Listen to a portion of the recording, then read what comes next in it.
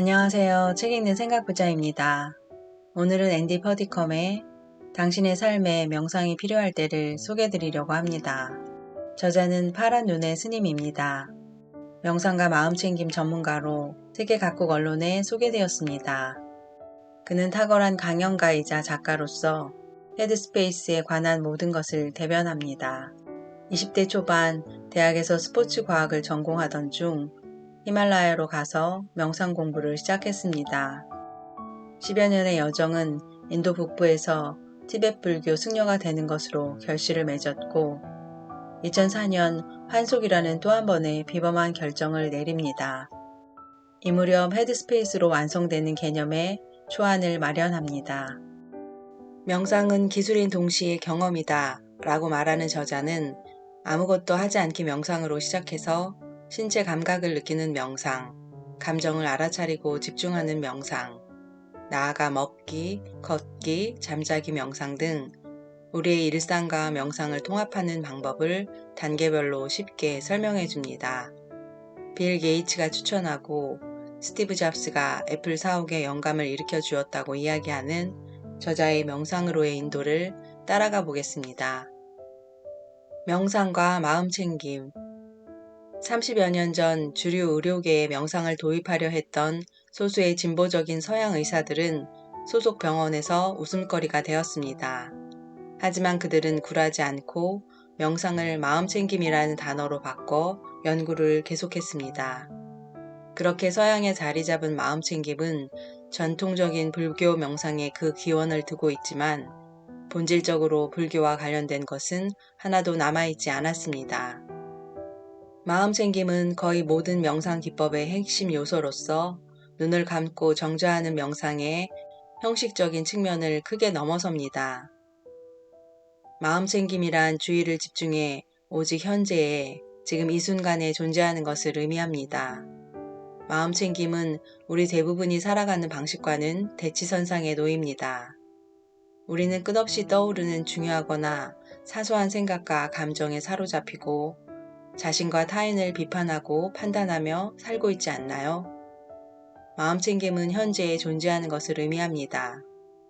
다른 일에 정신이 팔리거나 생각에 사로잡히지 않고 그 순간에 존재하는 것. 지금 펼쳐지고 있는 삶을 직접 경험하는 것을 의미합니다. 헤드스페이스란 무엇인가?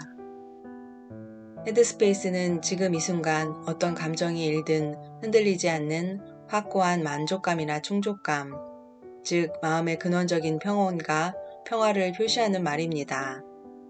헤드스페이스는 표면적인 감정에 좌지우지되는 마음 상태가 아닙니다. 그러므로 슬픔이나 분노가 솟구칠 때도 기쁨이나 환희에 휩싸일 때처럼 확연히 경험할 수 있습니다.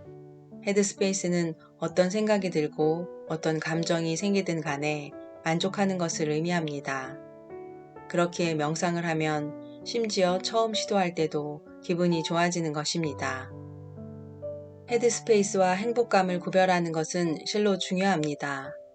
어떤 이유에서인지 우리는 행복이 삶의 기본 세팅이라 믿게 되었으며 따라서 그 기준에 부합되지 않는 어떤 것이든 문제가 있다고 생각합니다. 이런 가정 때문에 우리는 불행의 원칙에 대해서 육체적으로, 정신적으로 저항합니다. 상황이 복잡해지는 것은 대개 이 단계에서입니다. 삶이 고역으로 그놈의 행복감을 얻고 지키려는 끝없는 고군분투로 느껴지기 시작합니다. 삶은 우리 모두에게 필연적으로 도전을 부과합니다. 우리가 절대로 겪지 않기를 바라는 사건이나 그 반대였으면 하는 상황을 제시합니다. 명상은 이런 현실을 바꿔줄 수도 그와 관련해 다른 무엇인가를 해줄 수도 없습니다. 이 세상에서 인간으로 살아가려면 피할 수 없는 부분이기 때문입니다.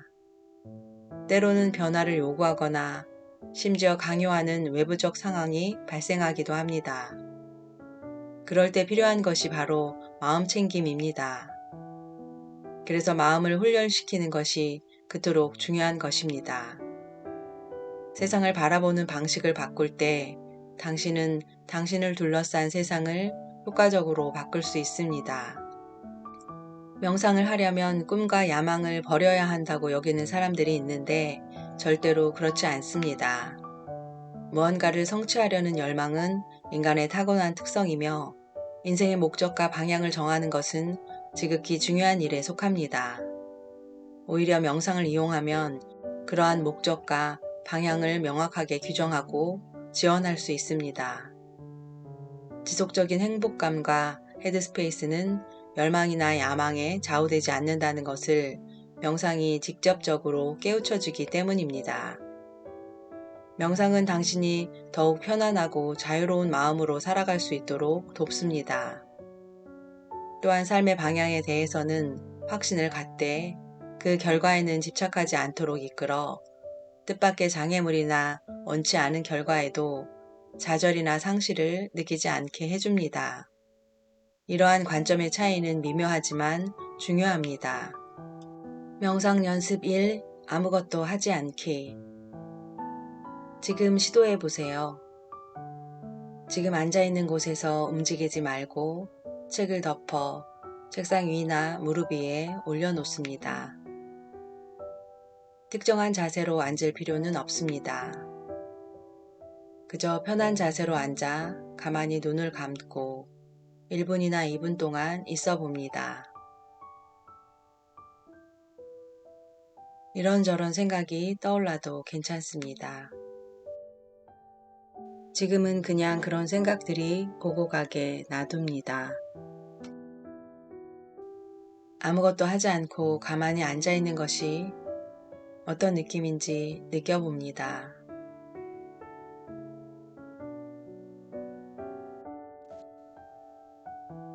마음이 무척 느긋해지는 느낌이었을 것입니다.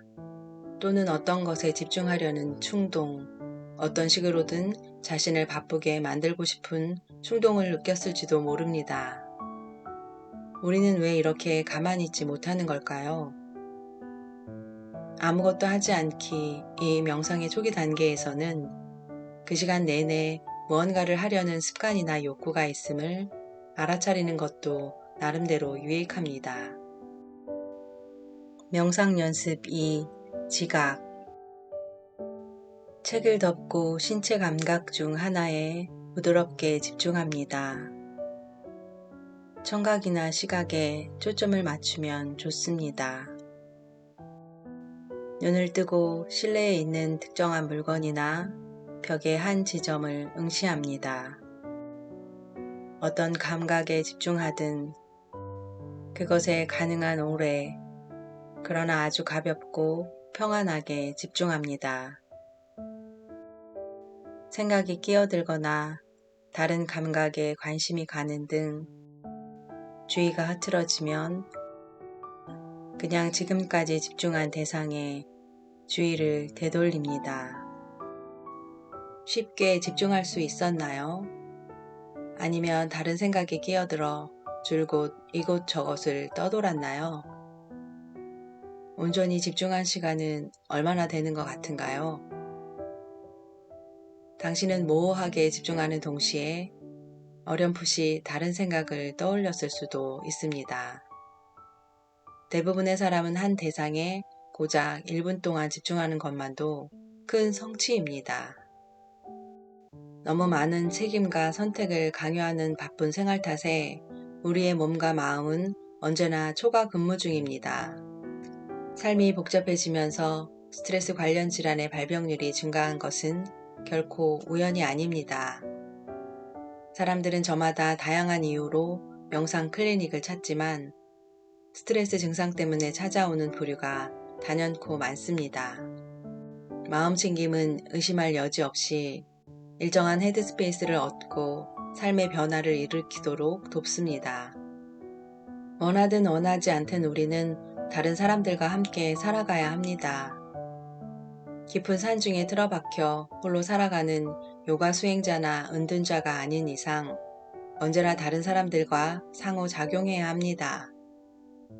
그렇다면 당신이 헤드스페이스의 느낌을 증진하면 누가 가장 많은 혜택을 입을까요? 당신일까요? 아니면 주변 사람들일까요? 마음챙김을 실행하며 날마다 명상을 해서 마음이 한결 더 고요하고 온화해진다면 당신은 다른 사람들과도 더욱 긍정적으로 상호작용하게 될 것입니다. 명상 연습 5. 감정의 알아차림. 우리는 자신의 감정이 어떠한지 늘 정확하게 인식하지는 못합니다. 그 이유는 대개 자신의 행동이나 생각에 의해 주의가 흐트러지기 때문입니다.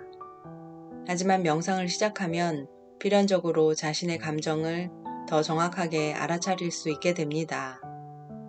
얼마나 다양한 감정을 느끼는지, 감정의 정도는 어떠한지, 어떤 감정이 고집스럽게 머물고 어떤 감정이 덧없이 사라지는지 등을 보다 잘 알아차리게 됩니다. 지금 당신은 어떤 감정을 느끼고 있나요? 잠시 책을 내려놓고 눈을 감아 봅니다. 몸의 느낌을 먼저 알아차리는 것이 도움이 됩니다. 신체 감각은 뒤에 숨어있는 감정에 대한 실마리를 제공합니다. 몸이 무겁게 느껴지나요? 아니면 가볍게 느껴지나요? 몸이 차분한가요? 아니면 들썩이나요? 갑갑한 느낌이 드나요? 탁 트인 느낌이 드나요? 서둘러 단정 짓지 말고 부드러운 호기심의 개념을 적용하며 몸의 감각을 감지해 봅니다.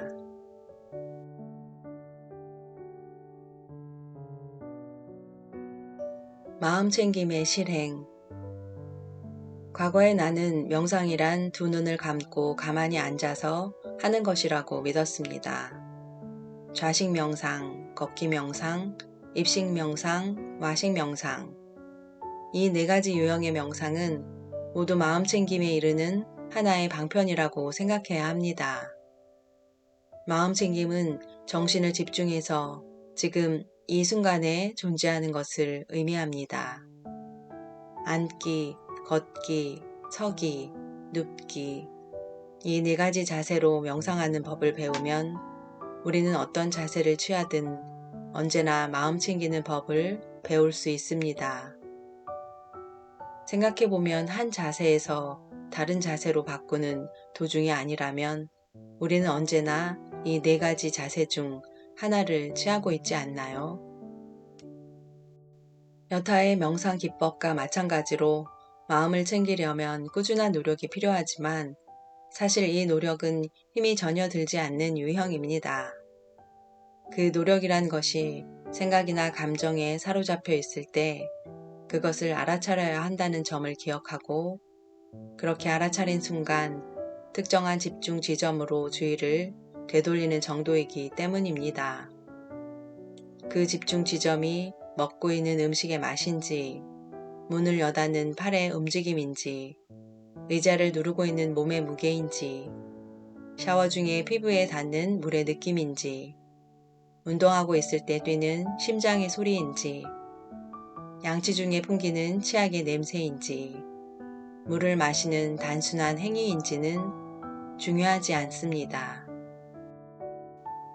알아차림은 당신이 행하는 크고 작은 모든 일에 적용할 수 있습니다. 예외란 없습니다. 수동적인 활동 중이든 역동적인 활동 중이든 실내에서든 야외에서든 업무 중이든 놀이 중이든 홀로 있을 때든 타인과 함께 있을 때든 언제든지 마음 챙김으로 알아차림을 구현할 수 있습니다. 아침에 10분 명상을 하는 동안에만 마음 챙김을 실행한 후 다음날 아침 명상까지 23시간 50분 동안 그냥 버티려고 하지 말고 마음 챙김을 온종일 적용할 수 있는 행위로 여기는 것이 바람직합니다.